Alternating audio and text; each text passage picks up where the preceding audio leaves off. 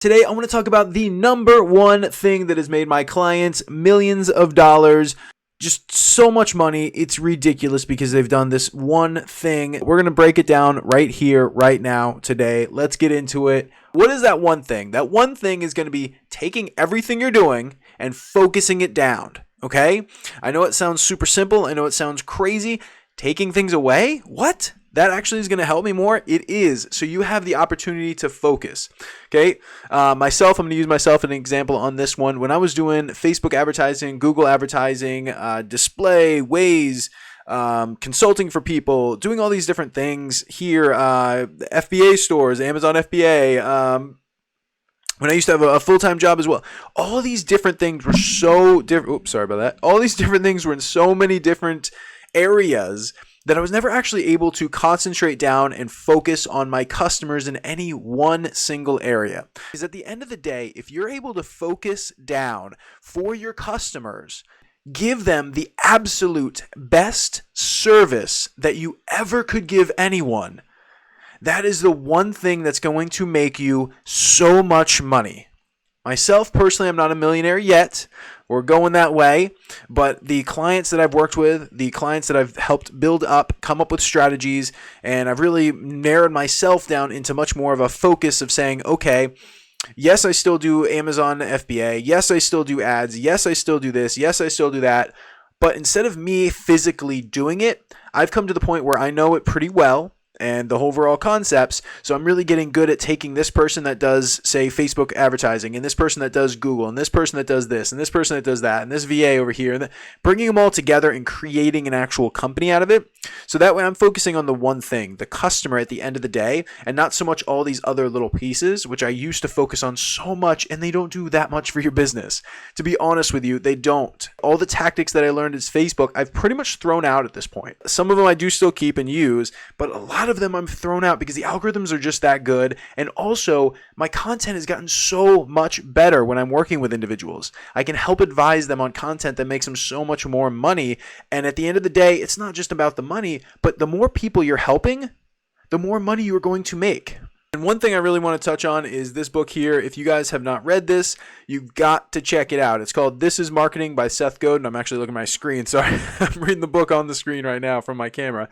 But it's 𝘊𝑐𝑂𝗏 by 𝘂𝗏𝗏𝗀. It is amazing. I'm going to kind of go into a couple points here. It's nothing that's going to be really new to you, especially if you've been around in this market of marketing for a while or just working with customers in general and having a business, but it really firms up a lot of the different points. And one of the biggest one, of course, is having a clear path to where you want to go, okay? Because that clear path is going to give someone the opportunity to miss you. And what I mean by that is you're going to give that person so much service, so much goodwill, so much ability to love your company that if you disappeared tomorrow, if your email didn't end up in their inbox, if something happened to you, they would say, "What happened? Where is it? I need this." They might email you. They might call you. They might, whatever. But are they going to miss you if your email didn't get to their inbox, or that product didn't come out with a new update, or X thing happened for your business, whatever you're in? It really doesn't matter. Let's go with, Starbucks. If a Starbucks closed or wasn't open for a week and nobody knew what was going on, a lot of those people, yes, some you're going to have go to mom and pop down the street, whatever, but some, they really like the coffee, or they really like the feeling they get in Starbucks, or they really like, walking around as a status symbol with their holiday mug, and it has the design, the newest design of this year on their cup for Starbucks. These different things are truly making it so that way if Starbucks was just not there for a week, people would actually miss it. If you went to a Taco Bell down the street, there's a good chance that people, unless you're super fanatic around it, and I know there's probably some people that are super fanatic around that as well, it's not the same thing. They might go get a taco somewhere else or a burger somewhere else or something else. Really having that passion that your customers have for you and the passion you give to your customers, people see that. And that's the one thing that you can give to those individuals. So kind of breaking down a little bit, there is a chapter in this book, I don't want to make this too long, that kind of goes over funnel. Okay, so I'm not talking about Facebook ad, YouTube ad, going to a landing page, going to an opt-in, all that kind of stuff. I'm talking about an actual funnel, getting individuals from A all the way to Z. Okay, now of course you got holes in the funnel and people are going to get distracted by somebody else's better offer, or they're not the right market for you, or whatever it is. But one of the biggest things, and I have some notes over here, that's why I keep looking, is the Gartner hype cycle that he goes over. And what that is kind of this up roller coaster. It kind of peaks out here and goes down, and then there's this dip, and then it kind of comes up, and then that's pretty much it forever. It kind of lands here, so that way you're not at the top, but you're also not at the bottom. And what this is these are your early adopters, the people that are willing to get in the market, try your product, and then once they're kind of gone and they're moved on to something else, your business kind of drops. It doesn't matter if it's your business, your product, whatever it is you're trying to launch at this point, it's always going to end up like that. You're going to have a ton of people jump on at the beginning because they're early adopters. They're going to get really bored and it's going to tank. And then you got to bridge this gap right here where the people, it's coming down the early adopters to the everyday market, because it kind of goes back up for the everyday market and then evens out. And then it might, slightly build. It might stay kind of stagnant, whatever it is. This is where you're going to make all of your money on this side here, is your all everyday customers, not so much the early adopters, because they're already on to the next thing. Okay. Think of a cousin of yours that's like, got to have the newest iPhone, got to have that. Those are the early adopters, right? Whether you're one of them or you're more of the person that, hey, you know what, I'll wait for my update for 2 months. Or you're, Uncle Fred that just got on Facebook last week because now you got some family photos on there and he's got to see the family photos. And the only way he can do that is to actually get on Facebook. These are the differences. You want to hit that everyday market. You don't want the tail end all the way at the end where the people aren't going to adopt it at all. And it's going to take you a 2-year, 5-year cycle to try and get them to purchase. And you don't want to build it on all these people that are going to opt in to begin with. Okay. So you really want to bridge that gap, and bridging that gap right there and focusing on the customer, finding out the feedback that they're giving you at the beginning, and then kind of translating that into everyday customers. Okay, this is going to help you build products that are going to get out in the market and be forward thinking. Okay, because you're going to get people that are like us. And that's another big concept here in this book. And it's really talking about people like us. So now that we have these individuals out here on this other side, they're going to get more and more people because it's people like them. Okay, if you're a lawyer, you go to this restaurant because lawyers in this city go to this restaurant. Things like that, okay? Lawyers in this city buy this set of law books. Whatever it is, people like you do this. And it translates to you as well. People like me buy this, do this, interact with people this way. Don't curse, do curse. Scream and yell down the street, rob people, don't rob people, go to jail, don't go to jail. There's infinite amounts of things that people like us do or don't do. You want to be the market. You want to be the biggest product that people want. First of all, it helps with the early adopters and getting a lot of feedback. Second of all, it helps you actually make money.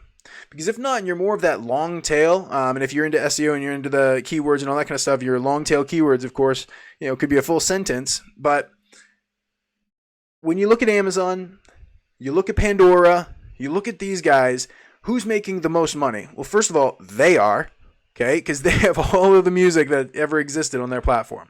But you got the big artists here, and you got all the other artists kind of trailing off here, and it kind of goes and then kind of trails off down here. Okay, the people that are down here, the long tail people, they might have some sales once in a while, and that's awesome. That's awesome, but they're not making enough to actually make a living doing this music, okay? Or somebody's doing a t-shirt on Amazon. Let's just say they're doing print on demand and their t-shirt is, happy New Year and happy birthday to me. Well, there's not a lot of people that probably have a birthday on New Year's Day. So you're going to get a few people that might buy that shirt, but for most part of it, a lot of people aren't going to buy that, okay? And that's kind of that tailoring off down here. Keep looking at my screen to make sure I'm within the frame. But that's kind of tailoring off down here versus something that people are going to buy a ton of. Think of like Gymshark, or think of, an actual brand that people are buying a ton of that product. Those guys are making quite a bit of money. Okay, so if you do all of these things, you're being the most unselfish when you market your product, because you have a product that people care about, a product that people are going to miss, or a company people are going to miss, or a culture people are going to miss once you're gone, or if you do leave. Okay, now you're actually focusing down on your customer base. You're creating something that these people cannot get away from and do not want to get away from. So you're actually being super unselfish in your marketing. And what I mean by that is, if you get your product in front of more people, will more people be helped? If the answer is yes, and I mean truly yes, I'm not talking about the guys putting out courses where it's like, here, buy my $2,000 this, and it's going to do this for you and all this stuff. And then at the end of the day, it does maybe half of that, if any of that. And you're really just pulling a bunch of money away from people, and you're doing a decent job at marketing and getting people in at the beginning. Okay. I'm talking about people want to recommend this to their friends. People want to scream from the freaking rooftops because your stuff is so good. That's when you create a business that's super unselfish, when you show it to new people. So you want to show it to the most people. You want to focus down on what you are actually doing. Pick one item, okay? One item until you can build kind of a team around that item, and then go to the next item, and it's very close to it. Then you can build a team around a couple products after you have your first couple products and things. So there's many different ways of doing it, but you have to focus on what you are doing. Pick one thing and go everywhere into it. Put everything into it. There you go. So basically what it is, that's made my clients millions, myself lots and lots of money.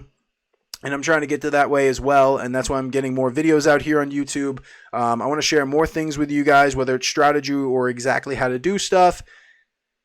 You have to focus on where you want to go and make it happen. Okay. That's the one thing, picking one thing. That's the one thing that has made so much money for not only the people that I've worked with, but for everyone else as well. And look at anyone that's made it big, anyone that's done anything. They've started with one thing, they've focused on it, they've become obsessed with it, they've gotten out to the product, or they've gotten the product out to the market, and they've made that market want anything and everything they ever put out there. That's how you make a true business.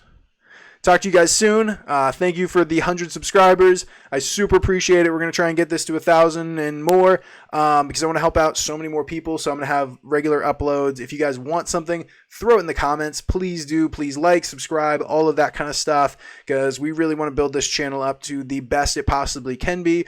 And that's it. So I hope you're having an absolutely wonderful day. If you made it this far, I thank you so much. I hope you actually take the advice, go out and put clarity behind what you're doing. And if you're doing 7 different products and they're not working for you, figure out the one that's doing the best, put most of your effort into there, build it up, and then branch back out.